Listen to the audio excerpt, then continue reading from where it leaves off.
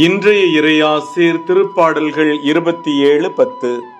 என் தந்தையும் தாயும் என்னை கைவிட்டாலும் ஆண்டவர் என்னை ஏற்றுக்கொள்வார். அன்புக்கினியவர்களே, நாம் விவிலியத்தில் பல இடங்களில் வாசிக்கின்றோம், நம் கடவுள் நம் மீது நம் தாயை விட தந்தையை விட அளவற்ற அன்பு கொண்டிருக்கிறார் என்று. ஆனால் தாவீது இதை தன்னுடைய வாழ்வில் முழுமையாக அனுபவித்தவர். என் தந்தையும் தாயும் என்னை கைவிட்டாலும் ஆண்டவர் என்னை ஏற்றுக்கொள்வார் என்று தாவீது பாடினார் என்றால் அது அவருடைய தனிப்பட்ட அனுபவம்.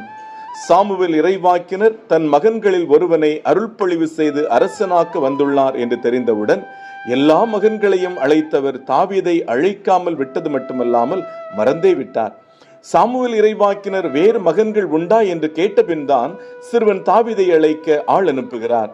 தாவீதை கண்டவுடன் கடவுள் அவனை அருள்பொழிவு செய்ய சாமுவேல் இறைவாக்கினரிடம் சொல்ல அவரும் தாவீதை அரசராக திருப்பொழிவு செய்தார். ஜெபிப்போமா.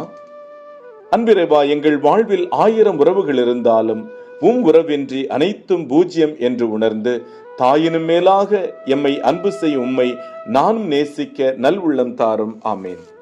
எல்லாம் வல்ல இறைவன் தந்தை, மகன், தூய ஆவியானவர் இந்த நாள் முழுவதும் உங்களை ஆசிர்வதித்து பாதுகாத்து வழி நடத்துவாராக. ஆமேன்.